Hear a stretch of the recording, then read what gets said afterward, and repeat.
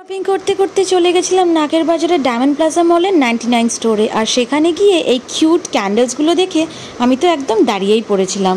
সামনেই কালী পুজো আর দিওয়ালি আসছে, তো বন্ধুরা তোমরা কিন্তু এই ক্যান্ডেলসগুলো কিনতেই পারো।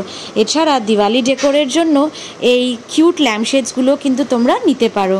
আমার তো দেখেই ভালো লাগছিল। দাম কিন্তু মোটামুটি 199 149 এরকমের মধ্যেই রয়েছে। আর এই কিউট টাওয়েলসগুলো, ওয়াও, এগুলো এত সফট আর প্লাসি ছিল, আর প্রতিটা কালার এত দারুণ ছিল, ইচ্ছা করছিল সব কটা কিনে নিই। আর এই হেড র্যাপটা 169।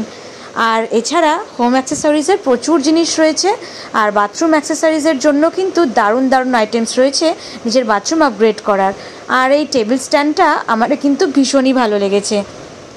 এখানে স্কুল অ্যাক্সেসরিজের তো জাস্ট কোনো কথা হবে না, এত দারুণ দারুণ জিনিস, নিজেরই মনে হচ্ছিল আবার ছোট্ট হয়ে স্কুলে ভর্তি হয়ে যাই আর এই ইরেজার সেটটা কিনে বাড়ি নিয়ে চলে আসি।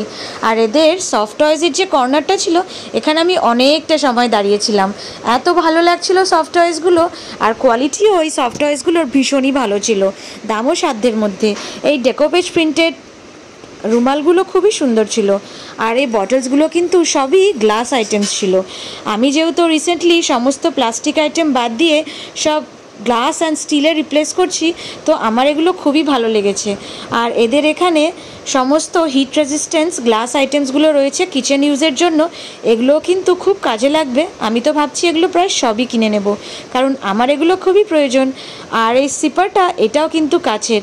সবগুলো দেখে এত ভালো লাগছিল, দেখি পরের দিন গিয়ে সব কিনে আনবো।